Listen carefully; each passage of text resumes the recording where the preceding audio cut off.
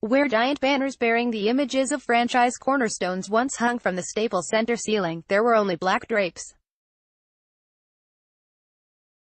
New banners will soon be installed above the arena's upper deck. Advertisement. But Wednesday, in the Clippers' first game at Staples Center without Chris Paul, Blake Griffin or DeAndre Jordan on the roster since coach Doc Rivers arrived 5 seasons ago, the blank canvas was symbolic of the transition that is underway within the franchise, and a reminder that it's officially curtains for the Lob City era. "I remember more good than bad," Rivers said. "We won a ton of games, we just never got over the hump. Unfortunately, not just for our franchise but all franchises over the last 3 years, this team called Golden State was made and made it difficult for all of us." The Clippers played a rotation stocked with young players in their 128-101 exhibition victory over Minnesota. Veterans Lou Williams, Avery Bradley and Luc Mbah a Moute were rested, as well as the injured Milos Teodosic.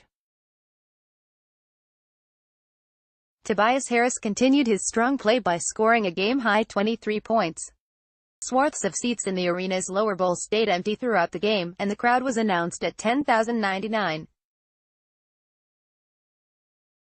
The Clippers don't have a megawatt attraction as a draw anymore, not after Jordan became the last of the team's former 3-star core to depart in free agency, and how quickly they might add one remains unclear.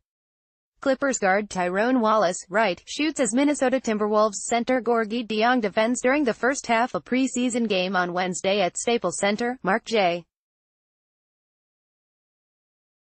Terrell, Associated Press. The team hopes to be a big player in 2019 free agency by opening enough cap room to sign 2 players to maximum salary contracts. In the short term, there has been no traction with Minnesota on any potential trades for All-Star guard Jimmy Butler, according to league sources not authorized to speak publicly on the matter. The Miami Heat remain heavily engaged with Minnesota in trade talks, according to ESPN. Yet, just because the Clippers don't have a player with a high Q rating, Rivers believes that doesn't mean they can't finish with one of the league's best defensive ratings. In the absence of individual buzz, Rivers preaches the promise of depth. "Our expectations are pretty high, yeah," Rivers said. "I've always thought that teams that have those individual guys that can just take you on a given night, you can have a bad night and that guy can win that game for you. We're not going to be one of those teams, you know. So, as a group, we have to perform a certain way each night to win games. When you get a group of guys that buy into that, you can have a really successful season, and I'm hoping that's what happens here." Those around the team have lauded a group embracing an uphill challenge to compete for a playoff spot in the Western Conference. "We got 2 pretty good solid groups and then we got some other guys who can fill in," Williams said. "Last year our problem, we didn't have enough. We had a lot of guys who were injured, in and out of the lineup. So coming back, having a lot of guys, having more than enough guys that are capable of going out there and putting up big numbers on any given night, I think it's beneficial."